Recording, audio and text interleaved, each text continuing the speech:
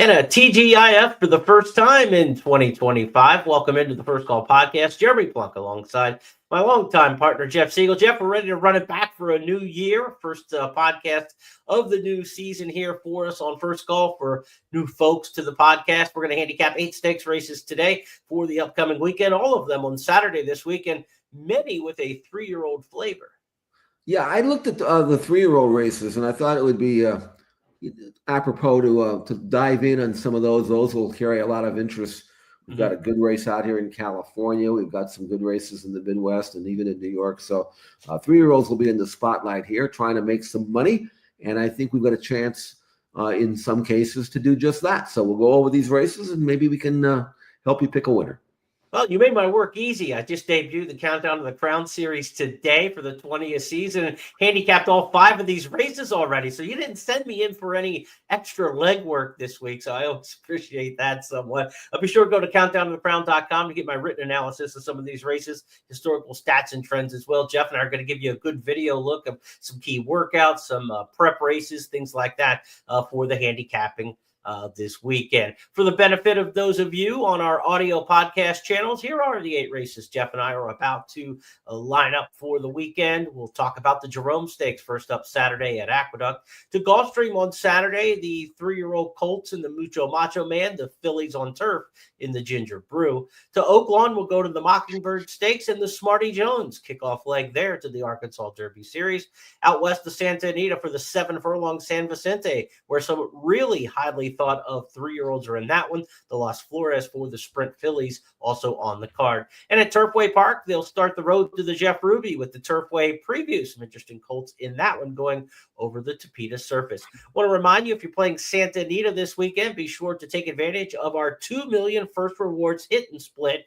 If you hit the late pick 4 on Saturday at Santa Anita, you'll share 2 million first rewards points just with other players on the First Bet and Express Bet platforms who also take down the late pick 4. So be sure to do that. First rewards points can be redeemed for things like wagering credits into your account, first and foremost. Also swag in the gift shop, handicapping products, and more. So be sure to opt into all the promotions when you play with First Bet and Express Bet this weekend. For those of you watching on our audio channels on X and YouTube, be sure to like, share this out, comment in the comment section, help us grow the audience. Jeff, let's get things started here for the weekend. We're going to go to Aqueduct for the first of our stakes races, the Jerome. This is, interestingly, from trivia, the second oldest stakes race in America, they say, only to the Travers Stakes, the Jerome Stakes, named for the founder of Jerome Park, one of the racetracks in the Bronx way back in the heyday. So the Jerome Stakes for many years was not a Triple Crown prep race. It was a fall race. In fact, it started out as a 2-mile race, Jeff. It's now just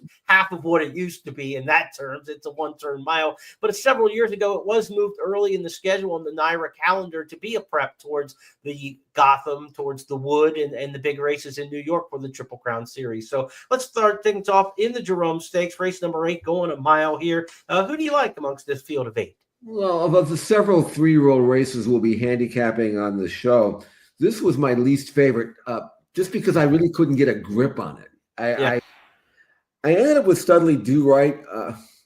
Yeah, I had to pick somebody, so I picked him, but I don't have a great feel for him, and he's had a lot of chances now, 7 races, so I think we pretty much know what he is. Mm-hmm. Okay, I mean, he's not a bad colt for sure. First or second, 5 out of 7 times. He's got he's got 1 number 2 races back in the Nashua that was pretty good, but the other ones are kind of average. And the rest of these look like they're in various stages of development, lightly racing, eligible to step forward on a moment's notice. So I don't really have a great feel for this one. I have a much stronger opinion on some of the other races. But Studley Do Right at least has a stakes win over this track at this distance. And he did it with an 86 Beyer number, which is good enough to win if he can run back to it. He's got a nice stalking style. He doesn't really have a great turn of foot. He's kind of more of a grinder than anything else. But I'll give him credit for being reasonably relentless. He sticks to his task. He tries hard. So that counts for something. So if he were to run back to his national win 2 races back, I think he probably can win this one. But from a gambling standpoint, at 5-2 on the morning line, not terribly enticing for me. Maybe you have a stronger opinion one way or the other. Well, I'm like you. I kind of defaulted into him in this race because I don't like any of the risers. Nobody just kind of looks like they're on the cusp of a really big race amongst those horses who are bubbling up from underneath the stakes ranks. And he's proven goods, like you said. Look, he's not a superstar. I mean, he ran well in the Tremont. He ran well in the National. He's based at Laurel for Jerry Robb of Little Bull John fame way back in the day. This horse knows every bump in the road on I-95, Jeff. I can guarantee you that. He's going, I believe this is like his 4th or 5th trip to New York now. So Studley Do Right, he won the National, like you said, over the trip and distance, and that just might be good enough. Top of the stretch with a quarter mile left to go. They've got to catch Tony Eclipse, who hugs the rail, kicks for home. It's hammer time with full momentum down the center of the racetrack, and here comes It's Hammer Time. Studley Do Right is in the fight as well, and Vekoma rides. They're still chasing Tony Eclipse at the rail. 4 of them across the racetrack here in the Nashua. It's still Tony Eclipse there. Studley Do Right. Vekoma rides trying to pick him up. In between horses, Studley Do Right. Studley Do Right wins the Nashua. Studley Do Right wins it. Then came a photo. And you're talking milers, you're looking for brilliance, not grinders. But again, there just doesn't seem to be anybody brilliant in here. The challenges probably come from Cyclone State and ICANN coming out of the same race. McAfee's a horse who's getting some hype because of his name, the association to Pat McAfee, and he's not associated with McAfee in terms of any ownership, but named after the famed sportscaster. And so there's some hype behind him, but, I don't know. He was just okay in his 2 starts to me. He hasn't done anything breathtaking. ICANN, maybe the horse who's got the most upside after a troubled start last time, but I kind of want to see him gallop out a little bit better and kind of go with Cyclone State after the wire, after blowing the start last time, and he just didn't. So I think Cyclone State's probably better than him coming right back again. I don't have a great opinion of this race either, and when that's the case and it's a short price probably of Studley Do Right, he's not going to be something to 5, but he's probably going to be 2-1, 5-2. I don't know. Not a great gambling race, not something I'm going to get super interested in, but that's our look at the Jerome Stakes on Saturday at Aqueduct. Let's change gears now from the Big A, and we'll head south to Gulfstream Park. Speaking of I-95, we'll make the trek all the way south on 95 down to Hallandale, Florida, as the Mucho Macho Man Stakes and the Ginger Brew are co-featured on the card. They'll go back-to-back in races 10 and 11 from a gambling standpoint. Might be a good chance to look at a daily double, pairing up winners here in the 10th and 11th. Let's start with the Mucho Macho Man. This is named for the 2013 Breeders' Cup Classic winner, of course, Kathy Ritvo trained. Mucho Macho Man, 2-time winner of the Sunshine Millions Classic at Gulfstream, also the winner of the Gulfstream Park Handicap. Hence, he gets a race named for him in Hallandale Beach. Mucho Macho Man kicks off the Florida Derby Series, but unlike the Holy Bull and the Fountain of Youth and the Florida Derby, this is just a one-turn race, Jeff, one-turn mile. What might we expect from this year's edition? Well, this is a really good spot for Guns Loaded because he gets a chance for another one-turn race prior to stretching out, which I'm sure he'll do next time. This is a colt that was beaten in his debut in a hot race, came back, and this is what I look for, as I stated many times. I want to see the second start, and I want to see some progression. And after finishing second, beating 5 lengths in that race while well clear of the rest, he took that race, went to Churchill. That race was at Saratoga, went to Churchill and really crushed in that day and earned a buyer number 10 points better. So he made that required step forward. He did it the right way. He showed very good speed and then found something extra in the final stages and really looked like a racehorse. And being by Gun Runner out of a mare by Bernardini, you'd expect that he'll continue to improve not only with age but with distance. So the rail doesn't bother me that much. He's pretty quick. And even if he doesn't make the lead, I think, and he may not, but even if he doesn't, I don't think it's going to impact him. I think he'll just sit right close to the pace. First quarter of a mile shouldn't be as intense as it was at Churchill because of that long run from the starting gate to the far turn. And I think he's going to produce a significant forward move here. He's 5-2 in the morning line. I think he might be a little lower than that. I'll check the tote and see if he's worth a play. You've got that undefeated Septarian coming in from Charlestown and Laurel with numbers that are okay. And he could be decent as well, but for Chad Brown now, and I do think that he's the one to fear most. But I've seen Guns Loaded's race on video. I liked it, and I was impressed. I think he's got a chance to be a good colt. He is stepping up out of the maiden ranks, but when you look at the competition in this race, there's not a lot of stakes quality already showing. This is about a race of horses who are trying to prove their worth. We do have Naughty Rascal, who certainly was one of the better 2-year-olds in South Florida throughout the summer and fall last year. He won the Armed Forces Stakes. He also won the Proud Band. Went over to Tampa, ran a good second.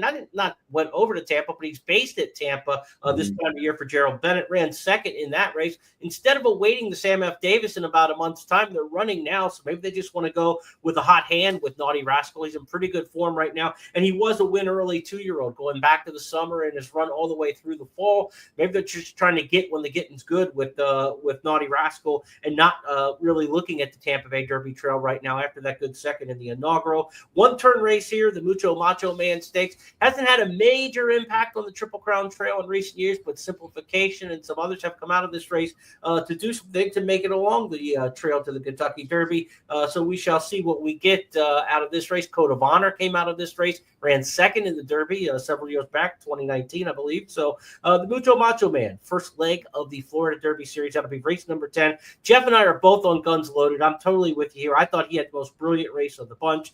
He's by Gun Runner out of Bernardini Mare. He's actually outrunning his pedigree this early. He shouldn't be that fast in sprint races. The farther they go and the longer his career progresses, he should get better, actually. So I think Guns Loaded is a real prospect, one to watch there in race number 10. That's the Mucho Macho Man. We turn the page literally to the 11th at Gulfstream Park on Saturday, where the Ginger Brew Stakes is our Express Bet race of the week. You can get my full write-up on that on the Express Bet email newsletter sent out each week. Be sure to sign up for the email newsletter, Express Bet, and also at First Bet. The Ginger Brew Stakes, Jeff made this the race of the week because we've got a good gambling opportunity here. 12-horse field, 13 with the also eligibles. There are a couple of horses who are cross-centered in an allowance race on Sunday at Gulfstream that may opt to go in that Tapeta race. Even if all three come out, we still got a field of 10, but you imagine this is going to go with nearly a capacity field. 2-turn mile here in the Ginger Brew. Who do you like? Well, I don't know. This might be one of the better maiden 3-year-old fillies in the country right now, even though, again, she's a maiden. But I like her to win the stakes. So I'm talking about number 10, Nitrogen. And, of course, it's just a matter of how much progress she's made since when we last saw her in November. She's been off a couple of months. Chance to grow up a little bit, but the Oscar performances, the offspring have gotten better with age, and I think Nitrogen will as well. She's run 3 good races, even though she is a maiden, beaten the neck in her debut in a maiden race at Woodbine, then came back and was beaten less than a length in the Natama. That's a grade 1 race at Canada.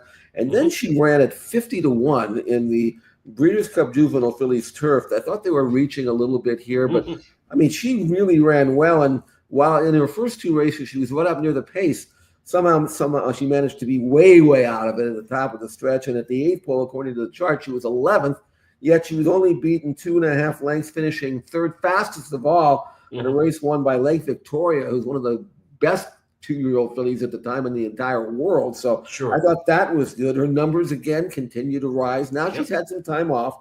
As a bullet work recently that showed me that she's fit and ready to resume her career for Mark Cassidy. I think she's got a chance to really develop, especially being by Medaglia d'Oro. And I think she'll pick up where she left off. And if she runs back to her Breeders' Cup Juvenile Fillies race, she'll outclass this field, I would think. And at 5-2 on the morning line, if you can get it, I think there's a gamble there.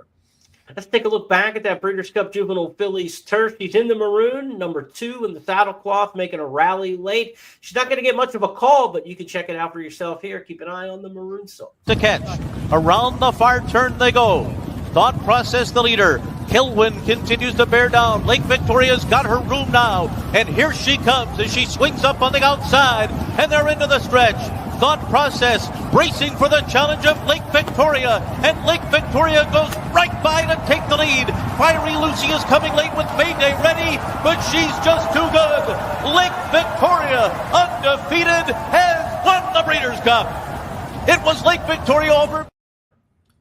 And you mentioned Lake Victoria, one of the best 2-year-old fillies in the world, obviously at that time. One of the best 2-year-old fillies to come over for a Breeders' Cup race here, maybe ever. I mean, she really had the credentials from Europe. That was a good addition of the Breeders' Cup Juvenile Fillies Turf, and a good third in there from Nitrogen. I took a shot in here in the race of the week with Good Long Cry, Jeff. I know the 12-hole may seem like a bad post going to Turf Mile, but this horse has speed. There's not a ton of speed in the race, and you're going to have to use it from that post. So you're not going to try to choke this one down and take away her best weapon. Last time out, she got near the front, just drew off and won easily at 1 mile and a 16th.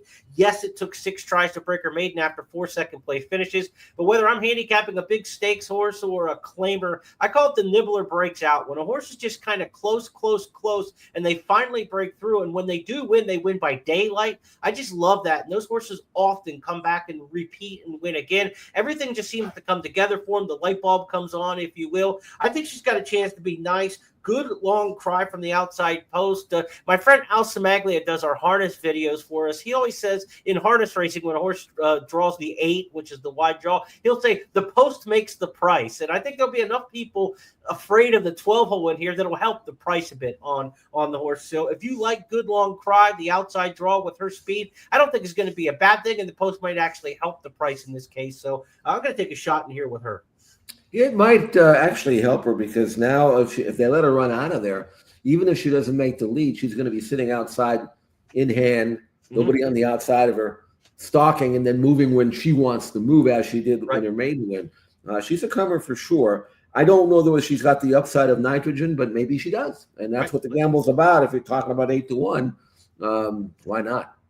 All right, that's a look at the Mucho Macho Man and the Ginger Brew from Gulfstream Park. We're going to switch gears and switch venues now to Oaklawn Park, where a pair of stakes races are co-featured on the Saturday card. They will go as races 7 and 9 on the program. Race 7, the Mockingbird, 150 grander for 3-year-old filly sprinters on 6 furlongs. Maybe the start to the Fantasy Stakes path there. And the start to the Arkansas Derby gets in earnest with the $250,000 Smarty Jones at 1 mile and a 16th. We'll look at those two races right now. The 7th on the card, the Mockingbird, named for the state bird of Arkansas. The Mockingbird Stakes, a 6-furlong sprint in this one. Jeff, who do you like amongst these sophomore ladies?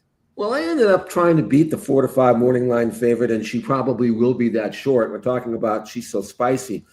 This is a filly that it tracks, and he's not there to ride her, but he will ride, obviously. Flavian Pratt will be aboard. She won her debut like a world beater by 16, and then came back as the favorite in the stakes race at Churchill. That was back in November, and she got beat, didn't change leads. The buyer number that she earned, 78, is solid but not spectacular. And then I looked at, on the outside, Chatter, who is 9-2, who's just as fast on numbers. In fact, she made a massive forward move between her first and second start. First race in the slop. Obviously, I can toss that race out. She came back, and there's a word I like to use called moxie, and that is, I mean, when I use the word moxie, I kind of envision a filly who is wise beyond her years, if you know what I mean. I mean, she only had the one start, but she won like a real pro. She earned a good number. She took heat. She found extra.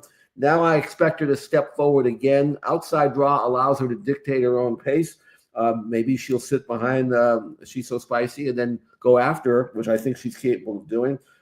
Promising filly, and same rider rides aboard, Vasquez. So I like Chatter to pull off a mild surprise here. Keep her that leader in sight, and hopefully go by her late.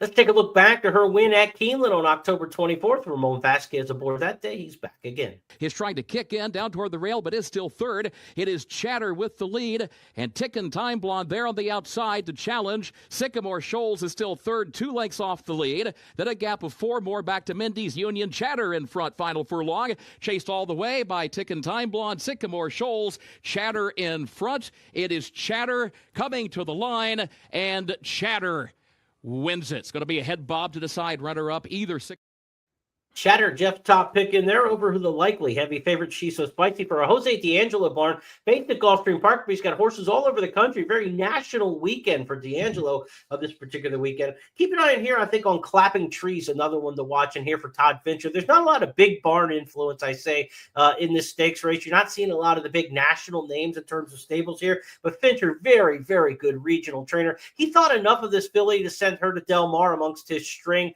instead of debuting in New Mexico, where he is most of the year. I thought that was a good sign. She comes off a second in the Zia Princess Stakes out there in New Mexico. Clapping Trees might be pretty good. She's a practical joke filly. She strikes me as one who's going to fit at this level against these kind of runners. Junior Alvarado in town to ride. He'll pick up the mount in there. So I'll take Clapping Trees in there along with She's So Spicy and Chatter as the top three to watch in the Mockingbird Stakes. Let's go to the 9th race Saturday at Oaklawn Park. It's the $250,000 Smarty Jones. Amongst the Triple Crown prep races, if you will, the 3-year-old stakes races of the weekend, it's the largest purse at $250,000. This is just a listed race. Of course, the Smarty Jones, named for the 2004 star winner of the Kentucky Derby and Preakness Stakes, near Triple Crown winner. He's named for this race at Oaklawn Park, Jeff, because back in 2004, it was the centennial season at Oaklawn Park, the 100th anniversary, and the owner of the track, Charles Sella, put up $5 million for any horse who could win the first leg of the series, the Southwest, the Rebel, the Arkansas Derby, and then win the Kentucky Derby. He probably thought his money was pretty safe. And then came Smarty Jones, sweeping all 4 of those races, and of course added the 5th in the Preakness before he was finally defeated. But Smarty Jones, my favorite horse of the modern era, without question, being a Pennsylvania guy and getting to cover his races. Actually got to go cover his big workout at Philly Park, now Parks, before the Belmont Stakes. There were about 15,000 people on track in the morning on a weekday just to watch him train. He had police escorts going up and down the highway. Really an amazing horse. And the Smarty Jones Stakes not only celebrated here at Oaklawn, but he's got to race the Smarty Jones for 3-year-olds at Parks as well, as you would expect. That comes up in September. So this is a fun race for me. Historically, do we have any horses in here we might be talking about, though, when it comes to Arkansas Derby time? Maybe. You never know. I mean, I remember Smarty Jones was so popular that he actually entered the mainstream media, so much so that during the NBA draft that year, one of the team's general managers was up on the stage there and hoping to get the number 1 pick. As a good luck charm, secured a horseshoe from Smarty Jones. So, and everybody was thinking, well, that'll cinch it because he's such a popular horse, and you don't get many horses like that even non-racing fans can identify with. Well, unfortunately, whoever that general manager was and whatever team that was, they didn't win the lottery. I don't remember. Yeah, Smarting's Belmont lot. I don't. Yeah, I don't remember who they ended up picking, but maybe it ended up with good luck anyway. But Smarty Jones was just. I don't think I've ever been more disappointed with a horse losing, other than my own, when he got beaten at Belmont. I was just mad that day. I mean, I was in attendance. I was working for NBC at the time, and I actually have the souvenirs somewhere. I'll have to pull them out sometime.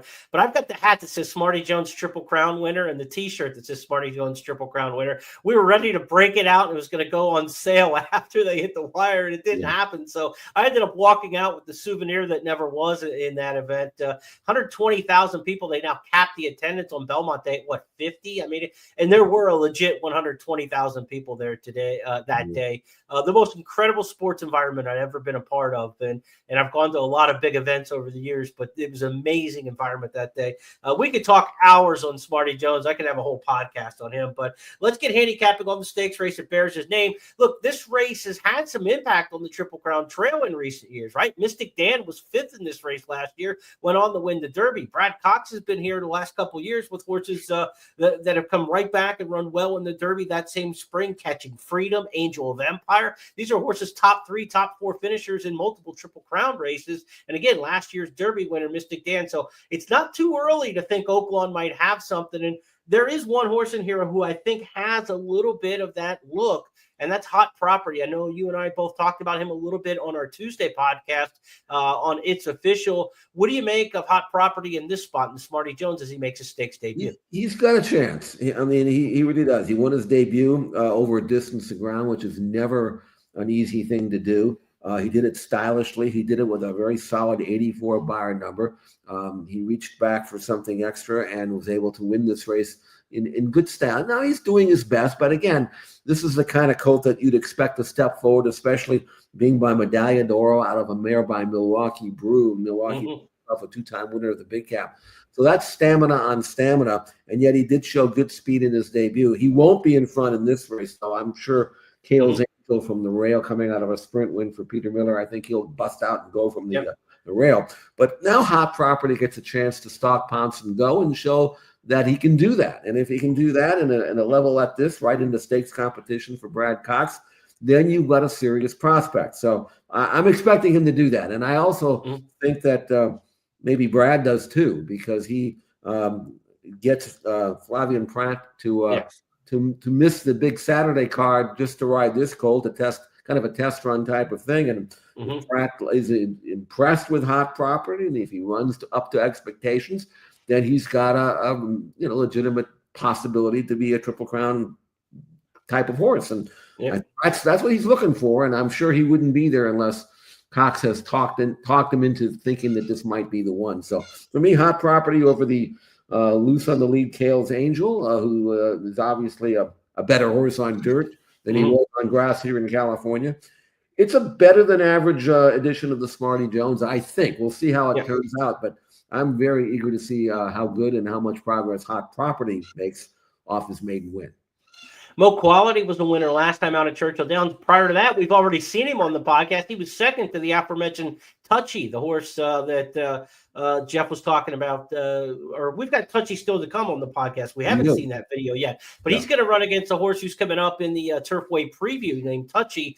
Could give us a little bit of a, measuring stick on that runner as we get to the evening at Turfway. The Smarty Jones will go before that, but you'll get a chance to see Mo Quality in action running second to Touchy here in just a little bit. This field also includes Cole Battle, winner of back-to-back stakes races at Remington and at Delta Downs, the Jean Lafitte and the Springboard Mile most recently. He's been the two turns around, on the dirt, around two turns at the mile trip. So Cole Battle should be, battle tested for this kind of race. Springboard Mile horses haven't had a lot of success in the Smarty Jones, though, coming back in their history. So we're going to make that one, see if Delani Bradley the trainee can do it again. But Cole Battle certainly has credentials already with the two-time stakes wins in the region. He does. He earned an 84 buyer number, the same exact buyer number that Hot Property earned. The difference being Hot Property did it in his debut. Cole Battle's had 5 chances, but he's won 3 races. And he's not a speed horse. He'll drop over, and if there's some pressure up front, Cole Battle should have a chance to make a run for it. He's no long shot. He's 9-2 in the morning line, so it'll be interesting to see how he performs. This is a really interesting race. You got horses coming from everywhere, and jockeys coming from everywhere. So it's a good race. It's one worth watching for sure. That Flavien Prat presence on Hot Property is really notable. I know we talked about that earlier in the week, but Prat had his pick of the litter in stakes races last year, to the point that he set an all-time single season record for most stakes wins in a year, most graded stakes wins in a year.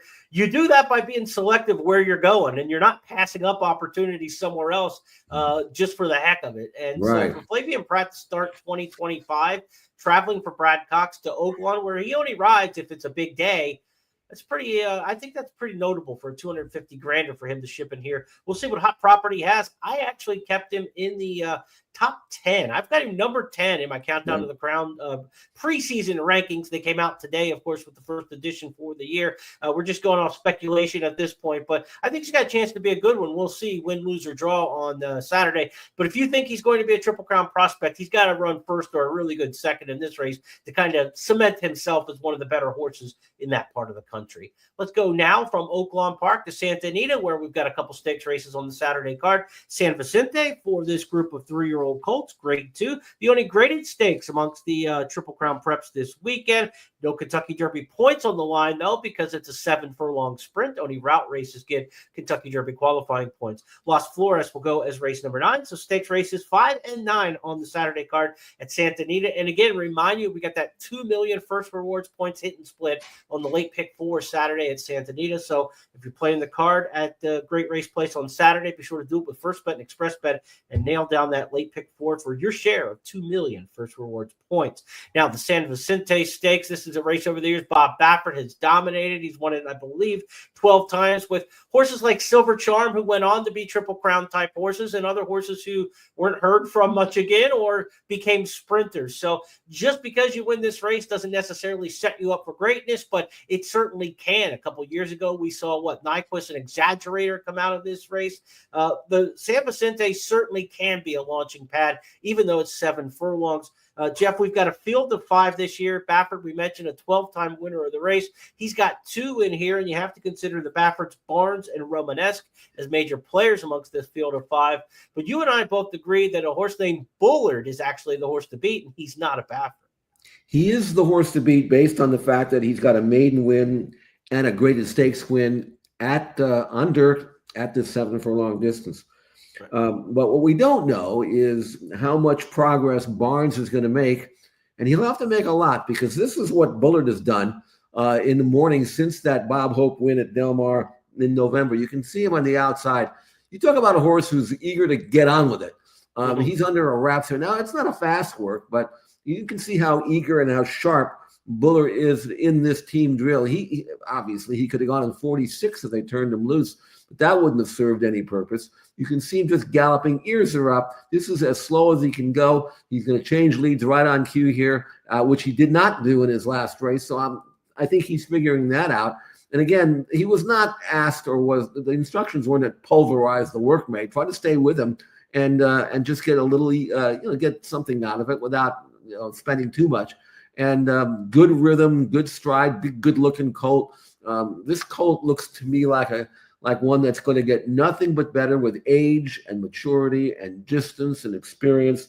Not only that, but he's got the lovely outside draw here, so he's not going to get any dirt in his face. Plus, he'll be able to move when he wants to move. I think Reese Bully will let him settle out of the gate, let the speed kick on. Got a long run from the 7/8 pole to the far turn to get into a position you want to be, and then you can cut loose at the far turn or midway in the far turn and go after the leaders. Now, Barnes did everything wrong, I thought, in his debut, and he still won, and that was going 5.5 furlongs. He was down on the inside. He sucked back. He angled out. He drifted out. He didn't change leads until late, and he still won the race, and he did it with a strong number. And since then, he, like Bullard, has looked very good in the morning, and he's going to produce a forward move. How much so? That remains to be seen. Even Romanesque, I thought, looked good in his maiden win. He did well with a good number. Bob Baffert's other horse. So I don't know if there's a gamble here, but there sure is a lot of interest for those of us who like the 3-year-old division and want to see progress. And one thing I do know, whether it's Barnes or Bullard, and I made Bullard the 4-5 morning line favorite because he's a little bit more safe in terms of proven commodity. But you're going to have to be a really good colt to win this race. I mean, no matter who wins it, and Smooth Cruising In is an undefeated colt, and McKenzie Street, he's grade 1 place. That rounds out the lot. Jeremy, do you're like me though? I think you look at Bullard and you figure maybe he's the now horse. I don't know. What do you think?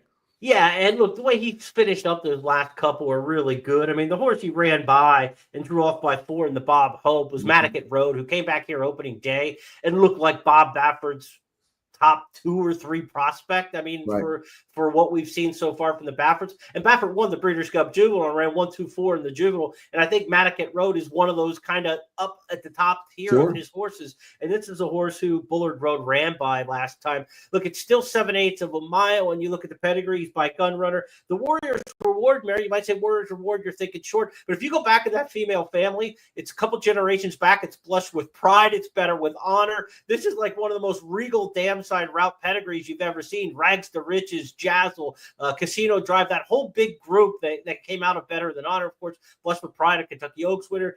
There is a lot of stamina on the dam side of this pedigree. I know if you just look at the dam side and you say Warriors Reward, you think, oh, this is going to be a closing sprinter after these two. I don't think so at all. And by Gun Runner, this one's only going to get better. So I like Bullard quite a bit. Look, I don't know about Barnes. I know what they talk, right? I mean, I know the $3.2 million is a lot to spend on any horse. There was a lot of talk going into the debut. Baffert wasn't going back to Churchill Downs for his first race in 3 years after the suspension to lose. He was taking a horse he thought he was definitely going to win with, you know. That was kind of a statement trip, I think, to Kentucky. And he was all out in that race to get by a decent horse, an Innovator, who'd done some decent things for Lucas. He did come back and break his maiden final Innovator in his 7th start the other day at Oaklawn Park. So he beat a decent horse at Churchill, and he got a good education in doing so. He could just make a huge leap forward in the 2nd start. I know you talk about that a lot, that 1st to 2nd start. And if Bullard does, or if Barnes does, then Bullard's going to be in for a major challenge, right? So like you said, it's going to take a really good horse to win this. I'll be very surprised if it's not one of those two. And if it's one of the other horses who happens to win this race, then they have really stepped up their game and are ones to talk about on the Santa Anita Derby Trail. So there's a lot of fun to come out of this race, and it's going to be a really exciting race to watch. From a gambling standpoint, I would think it's Bullard and Barnes and the others behind, but, you know, let's see. Let's run them and check it out. But I have a lot of respect for both of these horses. I think they are both legit top 10-ish contenders if you're putting a list together this time of year. I like Bullard a lot. I like Barnes as the potential. Let's find out. You know, I mean, this is the time to start the trail. You don't have to get your final decision on how good these horses are going to be by how they run in the San Vicente, but let's get started and get talking about them and see what we've got between those two, because I think they're very exciting prospects. Michael McCarthy with Bullard, that might not even be the best 3-year-old in his barn. Journalism is the horse I actually ranked number 1 to start the 2025 season. We saw him win the Los Al Futurity in commanding style. He looks like he'll run all day. Could be a great year for Michael McCarthy, and it all gets started on Saturday there at Santa Anita. Let's go to the 9th race at the Great Race Place Saturday. It's the Grade 3 Las Flores Stakes. Las Flores, named for the city, midway between Santa Anita and Del Mar, if you will, if you're heading south. Jeff's passed through Las Flores probably 8,000 times in his lifetime, heading down Del Mar way. What do you make of this sprint for the older fillies and mares? Well, obviously it's Baffert's to win or lose. He's got the 2 favorites, and I made Pleasant 3-5, and then Ricci 8-5, and everybody else is double digits. So it's basically a match race. And I'm curious if Bob's going to try to orchestrate this race, because they both are fast. I think Pleasant is probably quicker of the two, but I don't think they're going to take Ricci back. Pleasant, of course, ran so well in the Breeders' Cup Filly and Mare Sprint, and that was her first race ever in a stakes race. I was very surprised but impressed that Bob would put her in a race like that because of her lack of experience, and she ran lights out, almost won the thing. Yep. Ricci was a very good second in the Desert Stormer last summer. Stopped on then, but she's come back and trained even better, and she's trained just as well as Pleasant. And she's a Group 1 winner down in Chile, whatever that means. But she's got some back quality. She's by Practical Joke, so even though she's a Chilean bred, we think of her as an American. This is going to be a interstable war here between these two. I ended up picking Pleasanton slightly over Ricci, but the way Ricci's been breezing, I wouldn't be surprised if Ricci could rise to the occasion and not only give her a run for the money, the favorite, but maybe even beat her. So another race where I don't really have a great opinion. There's no money, there's no price involved here one way or the other. I'll watch the race from a fan standpoint, but these two could meet again down the road somewhere, and maybe even on Breeders' Cup Day, way down the road, 11 months from now.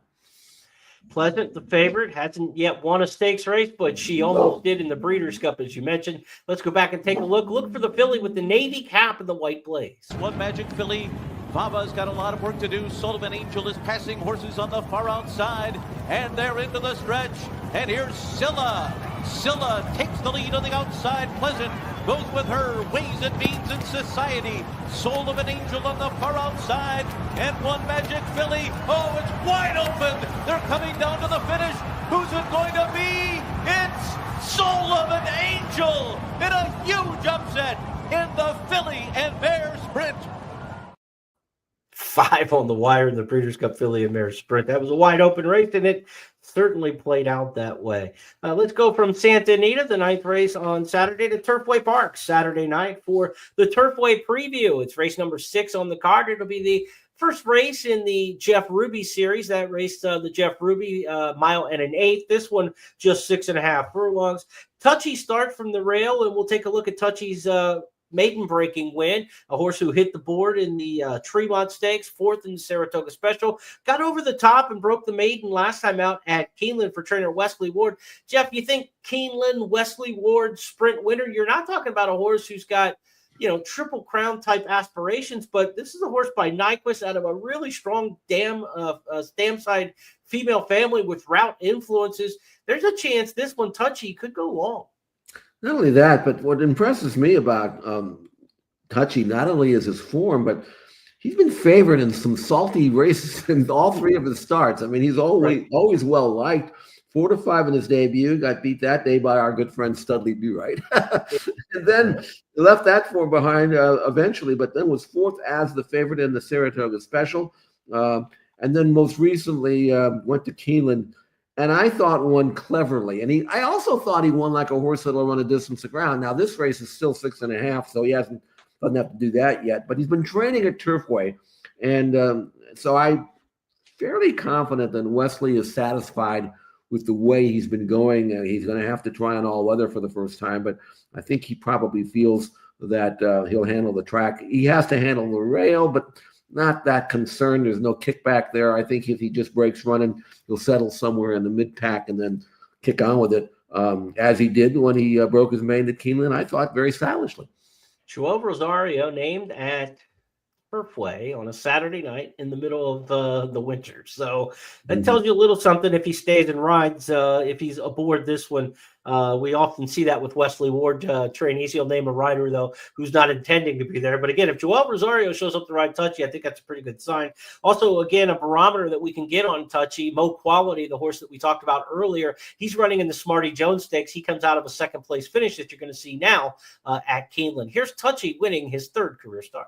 Turn. Tartarian 2nd. Campaign Trail is taking aim from the outside, but is still 3rd. Can Do Andrew is there fighting on between horses. Touchy has a 3-length lead into the final furlong, and then Campaign Trail. Mo Quality runs late, way out on the grandstand side, but Touchy 5 lengths to the good now, and Touchy to win it for Joel Rosario. Mo Quality will be up for 2nd. Campaign Trail was across the line in 3rd, followed by Tartarian. And we talked about this horse having a good pedigree, Touchy, for the distances. The dam side includes Summerly, Kentucky Oaks winner. So again, this is a pretty well-bred runner by Nyquist out of a female family that includes Summerly. I thought in here the horse who's got speed, it might be the 6.5 furlong horse to watch in here, was right next door. Star's Image to 2, very fast in 2 turf sprints at Fairgrounds for trainer Larry Ravelli. Of course, Ravelli a couple years ago had 2 fills down at Fairgrounds, came through this path at Turfway, and ended up running 2nd in the Kentucky Derby. I don't know that Star's Image is a Kentucky Derby runner-up, but I think this is a horse who could be Mr. Now on Saturday night at Turfway. Gerardo Corrales, really good local jockey there at Turfway Park. Good getting him out of the gate. I think they got to catch Star's Image. I think he's going to break on top and try to improve the position from there. We'll see him coming out of those 5.5 furlong turf sprints at Fairgrounds, stretching out an extra 1/8 of a mile here to 6.5. But Ravelli, high percentage trainer, he gets a top jockey locally in Corrales. I think that's a good combination there. So I think Star's Image, Touchy, obviously the most interesting horse and probably the most talented horse in the race. But maybe the fastest will be Star's Image. I'll try to beat him with him. Well, Star's Image, one quick note about him is that he's actually faster in both of his races, according to the Beyer numbers, than any one of the 3 that Touchy ran. So he's got that going for him. And even though he's trying an all-weather surface, and again, being by Caravaggio, you figured he'd be better on grass. So we'll have to see whether he can transfer that form. But they usually do. And you're right. He could open up and never look back. Because I've watched Touchy, and he's not a quick action colt. He's more of a methodical runner, which is why I think he'll run long. But if he has to accelerate from the top of the stitch to the wire and Star's Image is loose on the lead, that might be a good tough task for him.